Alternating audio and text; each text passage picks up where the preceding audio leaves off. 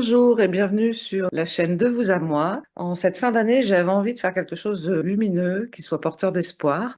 Et c'est tout naturellement que j'ai contacté des lumineuses pour nous donner un peu cet espoir et nous parler de lumière. Donc, merci les lumineuses d'avoir accepté une fois encore de faire cette interview avec moi. Merci Elisabeth, c'est toujours un bonheur. Ah, c'est gentil. Quand je t'ai contacté, je t'ai dit qu'on allait vers quelque chose de sombre. Et tu m'as dit quelque chose qui m'a interloqué.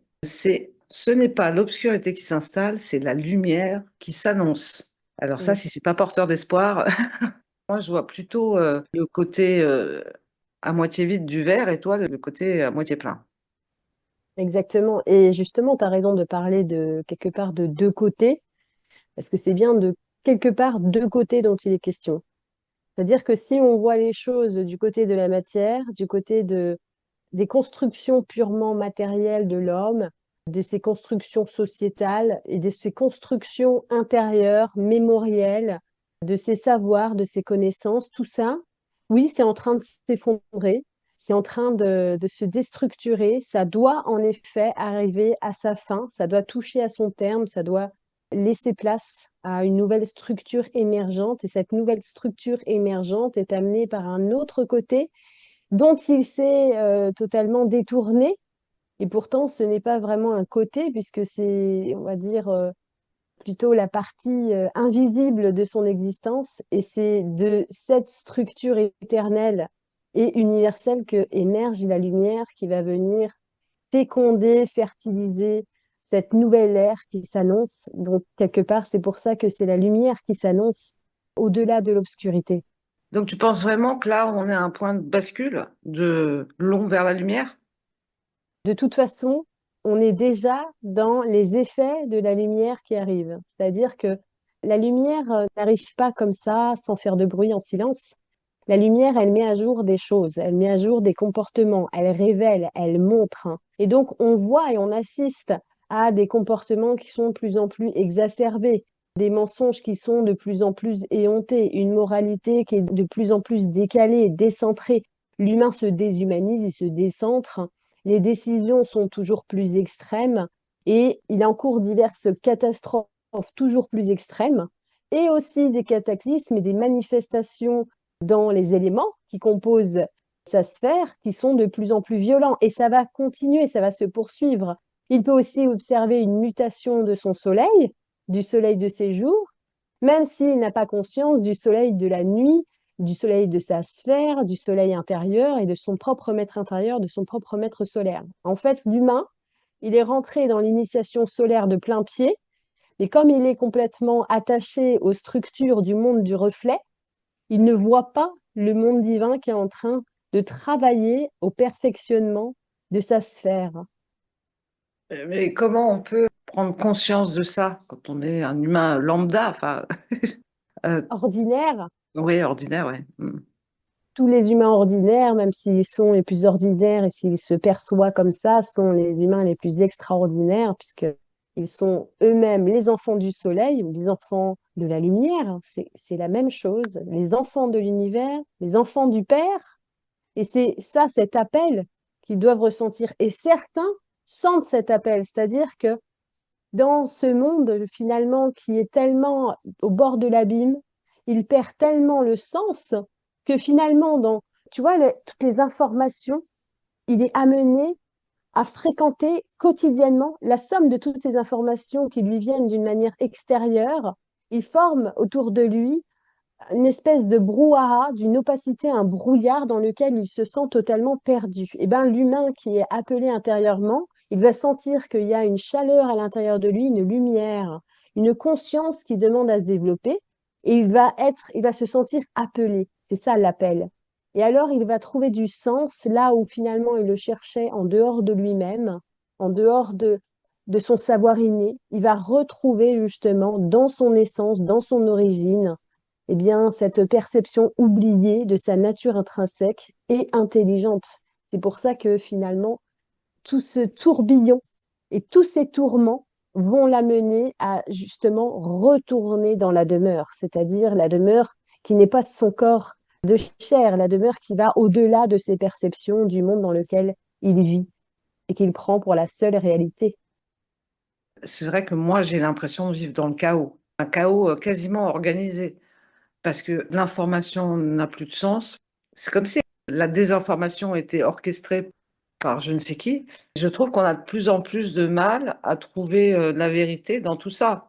Donc effectivement, peut-être qu'il faut se débarrasser de toutes ces informations, ces contradictions et se tourner vers quelque chose de plus pur, de plus Oui, tangible finalement. l'humain. bah, mais tu sais, tu n'as pas besoin de te débarrasser de tous les nuages de la Terre pour sentir la lumière du soleil.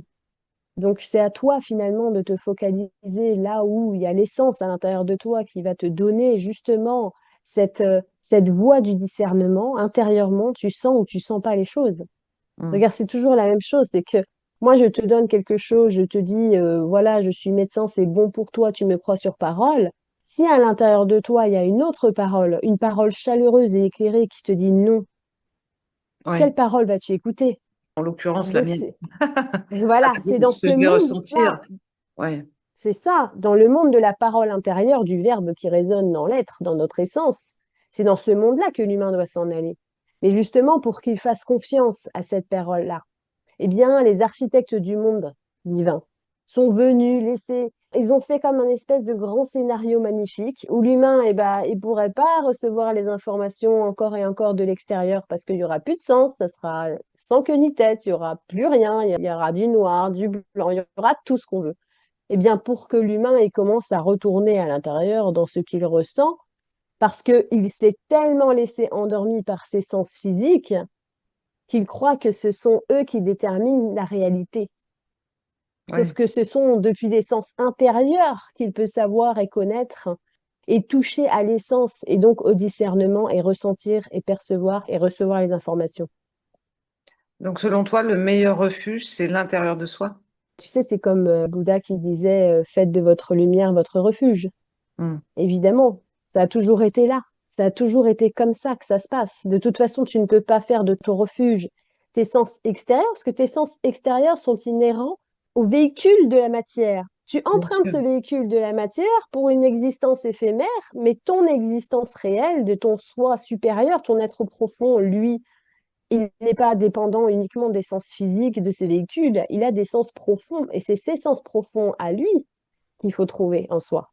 Est-ce qu'il faut commencer par trouver une manière de ne pas être impacté par ce qui se passe à l'extérieur, donc partout, enfin, que ce soit, on parlait des informations, mais de constater la misère, de voir toutes ces catastrophes. Je pense à l'Espagne avec la Dana, je pense là au cyclone. Ça impacte quand même. L'humain, il est depuis des siècles et des siècles sous le prisme, il vit sous le prisme de ses émotions, il vit sous le prisme de son astralité. Ça veut dire qu'il est imprégnable. Les impressions de l'extérieur, donc du cercle. Le cercle, c'est le monde des reflets, le monde dans lequel on vit, le monde de la forme. Le monde de la forme a un impact énorme sur la psyché humaine. Mm. Donc, quand tu reçois la moindre mauvaise nouvelle, tout à coup, ça va devenir une pensée. La pensée électrique va devoir se nourrir du magnétisme d'une émotion et prendre soudain une place énorme, en fait. Ta psyché, elle est en quelque sorte menée par des ficelles qui sont extérieures au point central, au point central que tu portes en toi, c'est-à-dire cette grande intelligence de tout qui voit un plan au-delà de ce que tu vois et qui est en train de travailler, lui aussi. Mm. Donc, quelque part, c'est toi qui te rends perméable, c'est toi qui te rends comme ça friable aux influences extérieures. Mais si tu vas au-delà de cette influence extérieure et que ne serait-ce que tu rentres à l'intérieur et que tu perçois que ce n'est pas la situation qui te donne ce sentiment-là, mais plutôt la pensée que tu as tricotée autour de la situation. Exactement de la même manière que tu vas prendre un souvenir triste par rapport à une personne dans ta famille qui t'aurait fait du mal. Ce n'est pas le souvenir qui te fait du mal, Oui, c'est c'est ça. l'émotion et la pensée, tu vois, que tu as tricoté autour. Une fois que tu comprends comment tout s'intrique, eh bien, quelque part, toi-même, tu peux choisir d'aller dans une région désastralisée de ton être, c'est-à-dire au-delà de la psyché qui est dans une souffrance, dans la reconnaissance, d'accord, que tu as un pouvoir là-dessus. Tu peux agir. Tu ne peux pas agir sur les influences extérieures, mais tu peux agir sur toi-même. Mais est-ce que d'une certaine manière, ça ne veut pas dire qu'il faut devenir égoïste ou égocentrique ou égotique, enfin je sais pas trop, mais en tout cas être plus tourné vers son nombril Bah, d'une c'est ça certaine le manière. problème, tu vois. Moi, je pense que c'est là un danger, un énorme piège d'aujourd'hui qu'on prône de savoir s'aimer dans le développement personnel, de se faire passer en priorité. Évidemment, ça, c'est le grand danger de l'égocentrisme, de l'égoïsme, et évidemment, se retourner, s'auto-centrer et non pas être au centre de son être, mais s'auto-centrer autour de sa personne, de sa personnalité. Or, nous ne devons pas nous aimer nous-mêmes, mais aimer la lumière qui nous habite. Parce que c'est la lumière qui nous habite, qui nous a créés, et c'est cette lumière est ce que nous sommes. Donc ce n'est pas être égoïste ou égocentré, c'est plutôt être centré dans la lumière de ce prisme éternel, cette intelligence multitemporelle, cette intelligence qui n'a aucune, comment dire, condition, elle n'a aucune limite. Et dans cette intemporalité, dans ce non-espace, eh bien là, il y a la réponse. Il a toutes les réponses. Donc quelque part, ce n'est pas devenir insensible ni égoïste, hein. C'est plutôt être tellement ouvert qu'on ne perçoit que l'activité de la lumière, son intelligence et l'amour. Donc c'est très important je trouve pas le mot, je vais dire fricoter avec la lumière. C'est pas du tout le mot que je cherchais, mais De tu vois, s'unir, de se rapprocher. Tu sais, c'est très simple, hein. Prends l'analogie du soleil qui est le bras divin, qui est la représentation ultime finalement, matérielle dans notre monde à nous, de ce centre-là qui réside en nous, de ce soleil central, de ce maître intérieur. Eh bien, celui qui va toujours se prémunir, chercher à se cacher du soleil, il a peur parce il a peur d'avoir la peau brûlée, il a peur d'avoir un cancer de la peau parce que de toute façon, on lui rappelle tous les dangers, mon Dieu, alors il se ouais. détourne. Il met des lunettes du soleil, de la crème, il se détourne, il se protège, il veut pas, hein. Bon. Ok. Et au moment où il va se dévêtir nu devant la lumière du soleil, il va dire, oh mon Dieu, ça y est, j'ai été brûlé, tu vois, c'est dangereux. Mais mon Dieu, tu ne peux pas te détourner toute ta vie de la lumière qui vient éclairer tous tes jours et soudain le voir comme ça, cette lumière-là, comme une lumière tyrannique. En fait, Mm. il faut que tu puisses préparer, il faut que tu puisses te préparer, il faut que tu puisses passer tes journées un petit peu dehors, ensoleillé, il faut que tu accueilles cette lumière, il faut que tu fasses un travail, il faut que tu lui confies ton âme à cette lumière, parce que comment elle va travailler? Cette lumière-là, c'est celle qui agit en permanence sur tout ce qui t'entoure. C'est-à-dire que tu ne seras même pas en vie si elle n'était pas là. Et peut-être que cette lumière, elle doit œuvrer avec toi et que tu dois œuvrer avec elle. Donc, quelque part, c'est un travail à faire que de te rapprocher de cette lumière. Intérieurement, c'est un vrai travail. C'est ça qu'on appelle l'initiation solaire, hein, dans la Et du science coup, initiatique. concrètement, tu fais comment? Très concrètement, tu suis les conseils que tous les sages ont donnés. Et mon Dieu, Jésus, par exemple, dans ses paroles, tout simplement. Hein, c'est-à-dire que justement, au lieu de t'égocentrer, parce que l'égocentrisme t'éloigne et te fait aller vers le cercle, d'accord? C'est-à-dire vers les bords de ton existence, vers Mm. les reflets de ton existence. Il te rend perméable à vivre dans un monde de conséquences, d'accord? Eh bien, tu reviens dans la causalité, tu reviens sur le plan causal. Ça veut dire que tu vas au centre du cercle. Et au centre du cercle, c'est cette lumière. C'est la lumière du soleil, mais de ton soleil intérieur, du grand logos intérieurement, mais très concrètement, si je pouvais donner vraiment un conseil pour éclairer vos jours, c'est mais regardez intérieurement chaque jour ce qu'il y a, ce que vous placez entre le cercle et le point central. Très souvent, je peux dire ce que les gens placent comme ça entre leur cercle et le point central, c'est que déjà, ils pensent vivre et être sur le cercle. Or, leur pur essence est dans le point central, n'est pas sur le cercle, c'est pas vrai. Et puis, ils pensent devoir atteindre ce cercle. Et donc Ouais. déjà, rien que par cette croyance de devoir atteindre ce point central-là, il leur faudrait une pratique phénoménale et trouver des méthodes et trouver des machins, des trucs. Mais non, juste cette croyance, ça fait que ça établit une séparation entre toi et ce que tu es vraiment. Et pour faire encore plus simple, je dirais, mais qu'est-ce que c'est que finalement on place entre le monde du reflet et le monde de la cause? Eh bien, c'est très simple. Le monde des reflets, c'est le monde des pensées qui sont anarchiques, les pensées qui sont dans un ordre qui tourbillonne, les pensées qui viennent s'imprégner en toi comme si c'était des vérités, mais pourtant tu ne les ressens pas en tant que telles. Elles viennent juste t'empoisonner ou te troubler, perturber ton esprit. Et c'est la même chose aussi pour tout ton corps émotionnel. Il est là pour donner la sensation des choses, mais il n'est pas là du tout pour t'étouffer.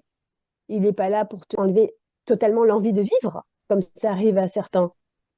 Donc tu dois, toi, trouver en toi cette porte-là qui t'ouvre un autre sens pour que tu vois justement dans le sens profond que ces outils-là, ils sont là pour te servir, pas pour te desservir. Oui. Donc ta pensée doit être au service de la lumière. Ton émotion doit être au service de la lumière. Et quand tu dois éprouver des choses, eh bien tu peux te dire que c'est la lumière qui te fait éprouver les choses et qu'on n'est pas en train de te punir, on n'est pas en train de chercher à te nuire, mais on est en train de chercher à te réparer. On est en train de chercher à te rassembler, à te réunir dans ce centre-là. Est-ce que c'est, parce que je suis allée voir sur Amazon si tu avais des nouveautés. Excuse-moi, hein, on n'avait pas prévu d'en parler, mais j'ai vu qu'il y avait un cercle. Ton prochain livre parle des cieux. Exactement. C'est de ça dont ça parle? C'est exactement de ça dont ça parle. Et je te le dis très clairement, ce livre ne sera pas pour tout le monde. Ce livre ne peut pas être appréhendé par tout le monde. Ce n'est pas possible. D'accord. Pour quel motif? Mais parce que justement, il y a un travail préalable à faire. C'est-à-dire que quand tu lis quelque chose que tu n'es pas prêt à lire, Oui, ça peut faire l'effet inverse de ce que c'est venu t'apporter. d'accord.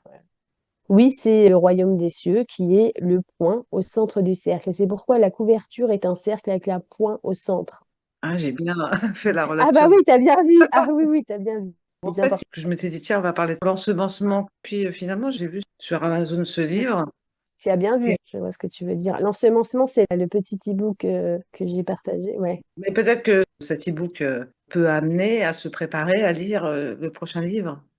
absolument tout ce que j'ai fourni Oui. avant, tout, absolument tout correspond à cette initiation, qui est naturelle, qu'un Et, pour faire une initiation. ouais, ouais, c'est un travail personnel, quoi. Exactement, c'est Ouais. intime. Oui. Mais je trouve ça très bien que tu aies plein d'e-books gratuits qui permettent pour les gens qui n'ont pas les moyens de te lire quand même. Tu sais, même le contenu de mes livres, il est donné sur mon site, hein. Même les Ouais, livres ouais. papier, hein. Je le souligne parce il y a très peu d'auteurs qui font ça. Donc ça mérite d'être souligné. On voit Pourtant, c'est bien un que, enrichissement. Mais tu sais, regarde, si on veut aller vers l'émergence de quelque chose de nouveau, on ne devrait pas se contenter de fermer quelque part ce qu'on doit partager. bien sûr, Je donne l'information, je la donne parce que je suis parfaitement consciente qu'il y a des gens qui ne peuvent pas se payer un livre, parce qu'il y a des priorités aussi, il y a des besoins vitaux. Et bien aujourd'hui, sûr. mon Dieu, il y a beaucoup de gens qui sont dans ces besoins. Et pourtant, la connaissance doit être diffusée et elle s'enrichit. C'est-à-dire que plus on va diffuser la connaissance, plus c'est la terre entière qui va s'enrichir. Donc, il ne faudrait pas penser à s'enrichir personnellement, parce que dans ce cas-là, on ne sort pas de ce cercle. Bien sûr. C'est bien parce que tu agis en fonction de ce que tu dis. Il y en a, Exactement. ça fait partie des choses pour lesquelles j'aime ces interviews et j'aime te lire aussi. Tu sais, il y a un ami à moi qui m'a rappelé cette phrase très juste, c'est savoir ce qu'on dit mais pas le faire, ce n'est pas savoir. Bah Faire oui, ce que tu vois, si tu sais, tu le dis seulement mais tu ne le fais pas, alors tu ne le sais pas. oui, aussi. Tu as des ambitions différentes dans ton approche. Toi, tu es raccord. Il n'y a pas de, il y a pas de souci. Chaque jour, tu prouves que tu es en accord avec toi-même et ce que tu dis. Et c'est le chemin que tout le monde va devoir prendre, de toute façon, Est-ce que tu crois que ceux qui voudront pas prendre ce chemin auront plus d'épreuves? énormément. Ils sont déjà Ouais, dans les épreuves. Je ne vois pas beaucoup de gens qui sont épanouis là maintenant, tant qu'ils n'ont pas ouvert le Saint Graal intérieur. Vraiment, tant que ouais, quelqu'un n'a pas ouvert en lui la possibilité de la descente de l'Esprit Saint, ce n'est rien d'autre justement que cette grande intelligence qui vient fertiliser de l'intérieur, eh bien, il sera toujours dépendant extérieurement. Et la dépendance extérieure, c'est une souffrance permanente. On est dépendant de ce travail qui nous fait souffrir, mais on est bien obligé parce que même si je suis pas épanouie, ben voilà, c'est un besoin, ça c'est paye une les factures. dépendance. Voilà, Ouais, c'est exactement, dur parce de qu'on est s'affranchir de toujours ça. dépendant des effets. C'est dur de s'affranchir de ses croyances, surtout. Ouais, C'est dur de s'affranchir de ses croyances uniquement matérielles, même si elles sont réelles, totalement, hein, je ne dis pas l'inverse. Mais étudier les lois universelles, c'est justement permettre cet affranchissement. Et on grandit de l'intérieur par l'expérience. On grandit pas comme ça par magie parce qu'on a prié un jour et qu'il nous arrive un truc, hein. C'est un chemin. ouais, c'est Voilà. ça. Et vous Mm. savez, si on a pu se taper des années et des années d'études à l'école et pourtant on ne sait pas du tout comment se relier à notre être profond. C'est-à-dire qu'on a passé tout le temps à tourner autour du pot de la confiture, on n'a jamais goûté à quoi ça ressemblait. On n'a même pas évoqué. C'est devenu carrément quelque chose de tabou. Et aujourd'hui, oui, mais c'est difficile de s'affranchir. Mais en fait, que, tu n'as fait que t'imprégner, t'ancrer plus profondément toujours dans la matière, de sorte que la matière est devenue ta seule réalité. Et en fait, tu as oublié que la connaissance, avant d'être dans un livre, elle est donnée et elle est reçue par quelqu'un. Il n'y a Bien sûr. personne qui a écrit un truc comme ça. Mais oui, cette connaissance-là, toi-même, tu peux être un saint Graal, tu peux être le calice de cette connaissance. Elle vient bien de quelque part. Donc, recherche justement le royaume d'où elle provient et tout te sera donné une fois que tu comprendras et que tu ouvriras cette porte de ce royaume. Ouais, ça me rappelle une chanson, Cherchez d'abord le royaume de Dieu et tout vous sera donné. Exactement. Ces vérités-là, finalement, au fil du temps, elles ne font que se confirmer. Ce que moi, je chantais comme une chanson, enfin, bon, c'était dans un cadre religieux, évidemment. Je les vivais pas comme je peux les ressentir aujourd'hui. En fait, c'est ça, c'est il y a vraiment un chemin à faire et tant qu'on fait pas le chemin, ça fonctionne pas. Il y a la passation de la pensée analytique, parce que l'humain, depuis des siècles, est emprisonné dans une pensée analytique. C'est-à-dire qu'il analyse, il décortique, il ne voit pas l'ensemble, il n'est pas dans l'unité. Donc Ouais. son cerveau va chercher concrètement, bah oui, mais concrètement, comment je fais moi si je quitte mon travail? Pensée analytique. Hum. Et moi, si je lui dis, les fruits de ton travail, c'est comme les fruits de l'arbre céleste, hein. C'est-à-dire que c'est l'amour qui doit faire pousser l'arbre. Il va me dire, mais tu me fais bien marrer, toi, avec Ouais. ta pensée analogique, mais c'est beau, ta poésie, mais qu'est-ce que ça veut dire? On s'en fout, concrètement. Ouais, sauf que, en fait, tu vis dans le monde des reflets que tu prends pour la réalité matérielle. C'est-à-dire que pour toi, la seule réalité, c'est de dérouler intérieurement la pensée analytique. Et elle seule doit te donner quelque chose. Sauf que ça marche pas comme ça. Parce que seule la pensée analogique relie le plan où tu vis du plan de la causalité, c'est-à-dire le plan invisible là, celui des grands architectes de l'univers. Hum. Nous vivons dans une analogie. Si tu n'arrives pas à ouvrir ta pensée analogique, eh ben, tu vas écouter une chanson qui dit le psaume que tu as cité et tu vas dire ah, c'est beau, oui, c'est. Non, sauf que c'est pas beau, c'est vrai. Sauf que le royaume, quand je te dis qu'il est à l'intérieur de toi, tu pourras disséquer mon corps et tu verras pas de royaume. C'est pour ça qu'il faut comprendre que Bien sûr. entre le monde des reflets et le monde causal, hein, le monde où il y a tout, le monde de la cause, le monde de l'unique, le monde de la présence de l'intelligence divine, eh bien, le pont entre ces deux mondes, c'est la pensée analogique. C'est pour ça que si tu regardes les sages, on dirait toujours qu'ils, oh, bah, quand ils s'expriment, c'est un peu mystérieux, c'est un peu. Mais c'est juste parce que c'est le bifrost, c'est le pont. On ne peut pas s'exprimer autrement que ça. Parce que c'est là que résident les vérités universelles. Ce n'est jamais dans la pensée analogique qui se contraint toujours au monde de la matière et de la forme. Et souvent, les sages, pour la plupart, hein, je trouve, on n'a pas l'impression qu'ils aient eu besoin de gérer des besoins matériels. Je dis, ils n'ont pas eu de loyer à payer, ils pouvaient être sages, quoi, tu vois ce que je veux dire? Non, il y en a, tu rigoles, mais il y en a plein, pas du tout, hein. Il y en a, ils ont eu comment dire, des métiers importants, ils ont eu des situations Ouais. importantes. Regarde Confucius, par exemple. Non, non, ils étaient bien dans le monde de la matière. C'est juste qu'ils ont opéré depuis les plus grandes lois divines. Ils ont su les appliquer dans la matière. Ouais. Ce que tu me disais tout à l'heure m'a fait penser, tu vois, dans l'objectif de s'affranchir un peu du matériel, parce que en gros, ce sera donné en plus, à Jésus qui marchait sur l'eau. Alors, En fait, on tu vois, c'est s'affranchit. le fait de marcher sur l'eau, c'est pour nous, c'est un truc impossible. Lui, il l'a fait, et je trouve que c'est une belle image de comment on peut Analogie. croire, agir, un peu comme en marchant sur l'eau et en S'affranchir, pensant qu'on va pas tomber dans l'eau. oui, mais s'affranchir de la forme, ce n'est pas être au-delà de la matérialité. Parce que tu ne vas Oui, pas bien sûr, t'affranchir de ton corps. Tu as besoin d'un lit pour dormir. Bon, c'est le bien minimum, il n'y sûr. en a quand même pas ça. Ok. Donc c'est important le monde de la matière, parce que c'est celui qui nous permet de créer notre existence et notre expérience. C'est-à-dire que c'est lui qui Évidemment. permet justement de faire élever notre âme vers le monde divin. Voilà, perfectionner notre âme et la rendre riche de ses expériences. D'accord, bon, super. Mais s'affranchir de la forme, c'est-à-dire que les formes ne doivent pas composer la réalité de ce que tu es. Ce n'est pas la forme qui compose la réalité. La réalité est au-delà de la forme. La vérité est au-delà de la forme. Et quand Jésus, par analogie, si on prend simplement purement le symbolisme analogique, il marche sur l'eau, l'eau, c'est le plan de l'émotion. L'eau, c'est le plan justement de cette psyché torturée. Et même s'il y a une tempête, eh ben Jésus, lui, il peut marcher sur l'eau. Tu vois. Il ne risque pas de tomber dans son astralité. Il ne reste pas de tomber au niveau de la matière.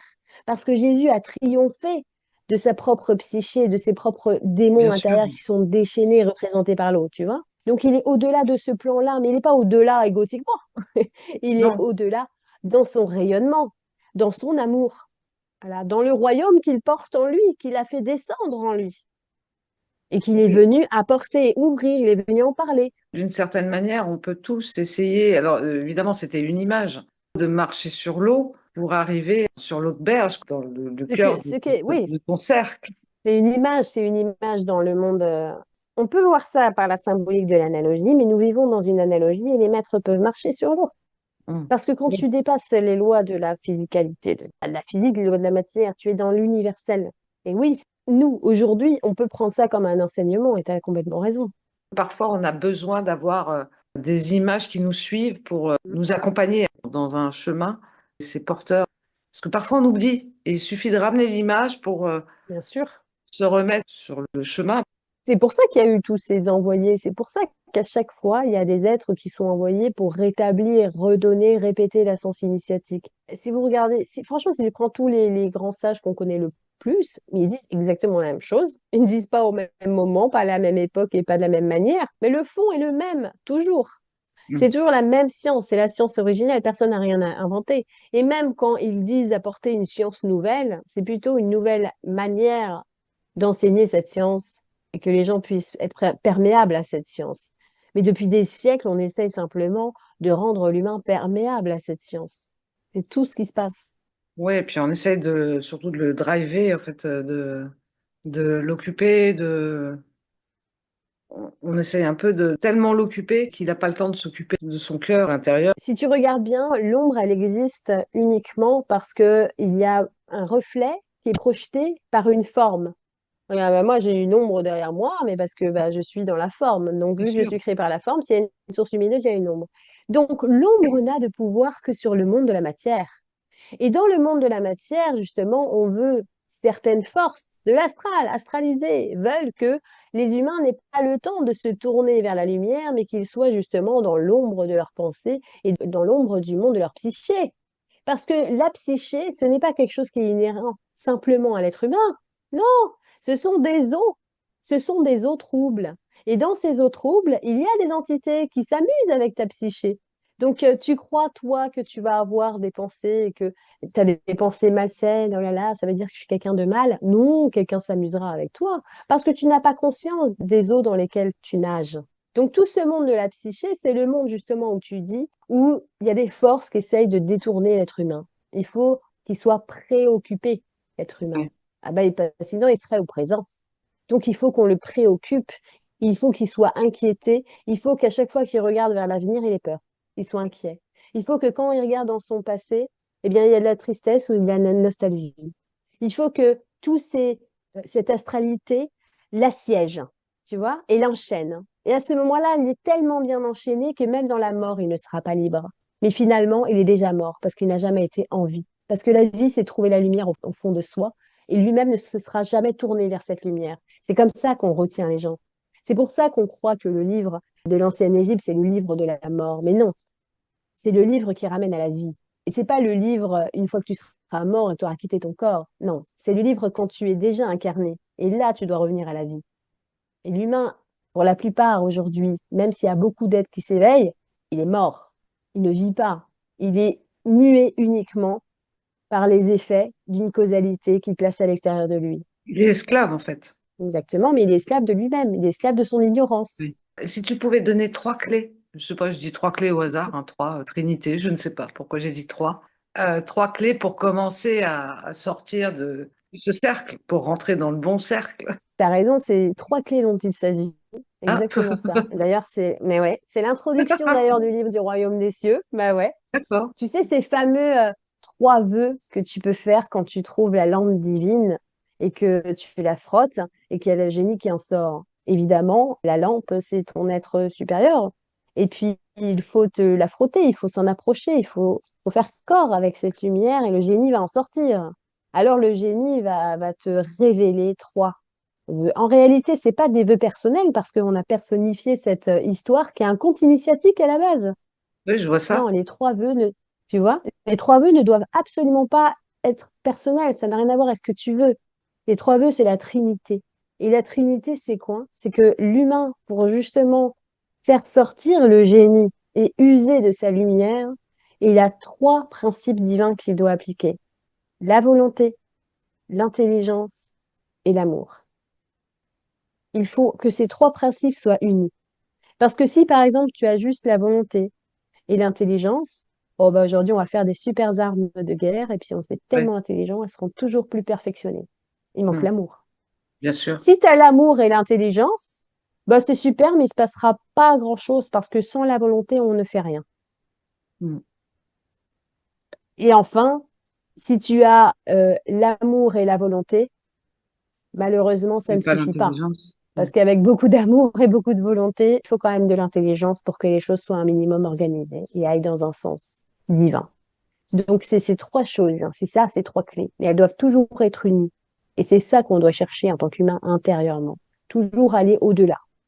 Être muet par une volonté qui n'est pas intéressée uniquement par notre personnalité, c'est-à-dire volonté désintéressée. Intelligence supérieure. L'intelligence supérieure ne concerne pas uniquement toi. Tu vas vers un haut idéal, concerne tout le monde. Et un amour qui n'est pas égotique et un amour qui transcende les limites de la forme et donc de toi-même. Un amour qui est divin. Voilà les trois clés. Ben, merci. Tout ça peut. J'ai pas tellement envie de parler de on va changer d'année, parce qu'en réalité, c'est un glissement. Je ne prends pas de bonnes décisions en début d'année, parce que pour moi, ce n'est qu'une continuité. On dirait que la fin d'année, pof, ça marque quelque chose. Ça peut marquer notre futur anniversaire, c'est tout, mais, mais je voulais quand même, cette fois-ci, marquer le coup avec quelque chose qui soit porteur et de lumière. Et c'est Exact. vrai que c'est tout toi. Qu'est-ce que tu aimerais ajouter pour conclure cette capsule? Que c'est quand même la marque d'un passage là qu'on célèbre. Il faut célébrer les passages, il ne faut pas les redouter. Hmm. Que les choses qui sont en mouvement, elles ne peuvent pas être arrêtées, mais elles peuvent être accompagnées. On peut accompagner les choses de la meilleure des manières qui soient. C'est-à-dire que le courant qui est en train de révéler les choses et de semer les graines de l'ère de demain, c'est un courant qui est magnifique. Et c'est sur ce courant-là qu'il faut s'unir, hein, qu'il faut se rapprocher. Par contre, il y a un autre courant, et évidemment, tout est comme ça dans le monde de la dualité, c'est normal. Il y a toujours l'opposé et ce contraire. Et donc, il y a un courant qui est destructeur. Ce courant qui est destructeur est important parce que vous ne pouvez absolument pas faire place neuve alors qu'il reste encore tout l'ancien. Donc, ce courant-là, il est là, il existe, il va aller jusqu'au bout de ce qu'il doit faire. Il est aussi important dans le plan de l'univers. Mais il ne faut pas le redouter, il ne faut pas poser son énergie, donner cette énergie, donner ses peurs. Il ne faut pas être alimenté par ce courant. Ce courant ne doit pas vous alimenter. C'est le courant de la lumière qui doit vous alimenter.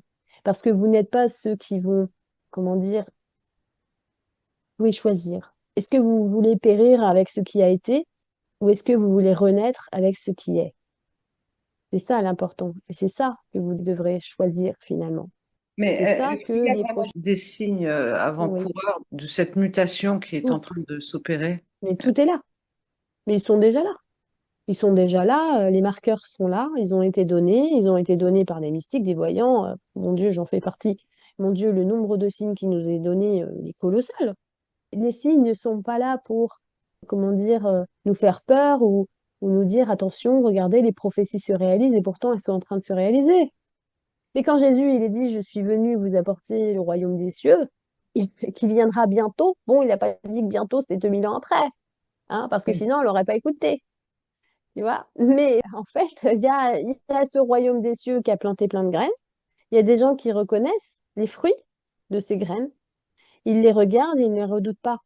Ils les accueillent, ils ouvrent leurs portes. Et finalement, plus que de fermer les portes à mon Dieu parce que j'ai peur de ce qui va m'arriver, j'ouvre les portes à ce qui se vient parce que je sais. Et ça vient en moi. Les gens se tournent vers eux-mêmes, les gens s'ouvrent. Et j'ai jamais vu autant de gens se convertir, c'est-à-dire se retourner et voir leur propre lumière. Je t'assure, Elisabeth, j'ai jamais eu autant de messages de gens qui disaient: ah oui, avant j'écoutais, je comprenais, c'était beau, j'aimais bien. Mais punaise, maintenant j'ai vu. Ça y est, je comprends vraiment. Je l'ai goûté pour de vrai. Ça me donne des Eh bien, il y frissons. en aura de plus en plus. Ben, en fait, c'est ce à quoi il faut aspirer, qu'on soit de plus en plus nombreux à vivre cette expérience. On aspire tous. Moi, j'aspire à ce que tous mes frères et sœurs de toute la planète soient guidés comme ça, mais je le sais que ce n'est pas le chemin à tous. Pour les plus pessimistes d'entre nous, parce qu'il y a des gens en fait qui ont du mal à aller vers ça, parce qu'ils sont toujours happés par ce qui se passe. Et qui oublient complètement ça, qui sont catastrophés par ce qui arrive. Qu'est-ce qu'on peut dire pour leur donner un peu d'espoir et de lumière? Au-delà de ce plan, il y a un autre plan. C'est sur lui que tu dois porter ton attention. Il y a des choses qui se passent, mais les causes de ces choses sont au-delà de ce que tu vois. Il y a quelques exemples des choses qui se passent et qui se mettent en place et que tu pourrais dévoiler.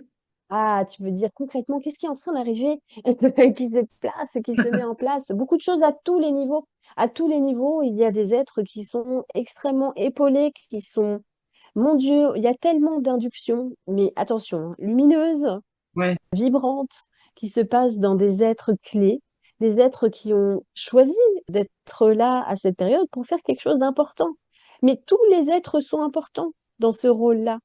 Et ouais. quand les êtres reconnaissent simplement qu'ils ont un rôle à jouer et qu'ils ne se considèrent pas comme tout petits parce qu'ils peuvent rien faire, parce que c'est terrible. Non, non, quand chacun en lui-même reconnaît qu'il a un rôle à jouer, mais mon Dieu, ça change déjà tout. Peu importe finalement qu'on connaisse concrètement les plans que le divin va réaliser, parce que là, juste à te parler, il y a des milliards de ces ordres qui se réalisent. Des milliards. Nous, on doit juste se consacrer aux ordres on reçoit intérieurement. Ouais. Et si on n'arrive pas à les entendre et à les recevoir, eh ben on commence déjà le défrichage et le ménage. On commence déjà à s'élever intérieurement et c'est déjà un travail immense. Déjà. Tout ça me paraît très, très lumineux. Pour cette fin d'année, j'avais vraiment envie, fin ou début d'année, pour moi, voilà, c'est un glissement. Je trouvais important de le marquer. Et puis avec toi, c'est toujours un plaisir. C'est stimulant. Ah, C'est bah, je suis stimulant. contente que ça vous mette de la lumière en tout cas. Ah oui, j'espère que tout le monde trouvera son compte dans cette vidéo, même si elle n'est pas très longue. Elle est porteuse, voilà, de lumière. Bah, c'est notre souhait. Vraiment, c'est ce que je souhaite plus que tout au monde. Mm. C'est justement que ça soit porteur.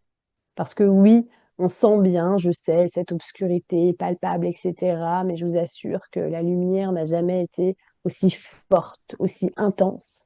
Et Ouais. pour ça, vous avez simplement à regarder un truc concret que tu peux regarder, regarder les émanations solaires. Regardez les émanations solaires. C'est juste pas le soleil qui se détraque, oh là là, mon Dieu, on va tous mourir. Non. Les émanations solaires sont celles qui vont transformer dans les particules adamantines, ça veut dire cette énergie christique qui permettent de nous rendre perméables et fertiles à une nouvelle structure intérieure qui est la structure originelle qui va permettre à l'être humain justement de se percevoir comme un enfant de l'univers et pas juste comme un fils de l'homme. C'est comme Un ça enfant de la qu'il va lumière. percevoir les choses. Voilà, il va voir sa lumière, ça va être beau, ça va être magnifique. Tu sais, si on se fait une petite réunion toutes les deux, Elisabeth, et puis qu'on invite 10 autres personnes avec nous, et puis on enlève notre costume d'humain, en fait, on deviendrait un soleil. Il resterait que la lumière. Donc, quand vous regardez le soleil, regardez bien. C'est juste des êtres profondément lumineux qui ont fusionné avec leur partie divine, et leur couronne de lumière est tellement irradiante qu'ensemble, ils forment un soleil. Personne ne se dit ça en regardant le soleil. Et pourtant, on est baigné de l'aura du soleil tous les jours. Voilà une belle conclusion. Merci en tout cas, Elisabeth. Merci à toi, Lumineuse, d'avoir accepté, surtout que je t'ai prévenu au dernier moment, puis tu as répondu présente tout de suite. C'est super. Merci à vous d'avoir regardé ce podcast et puis à très vite. Merci.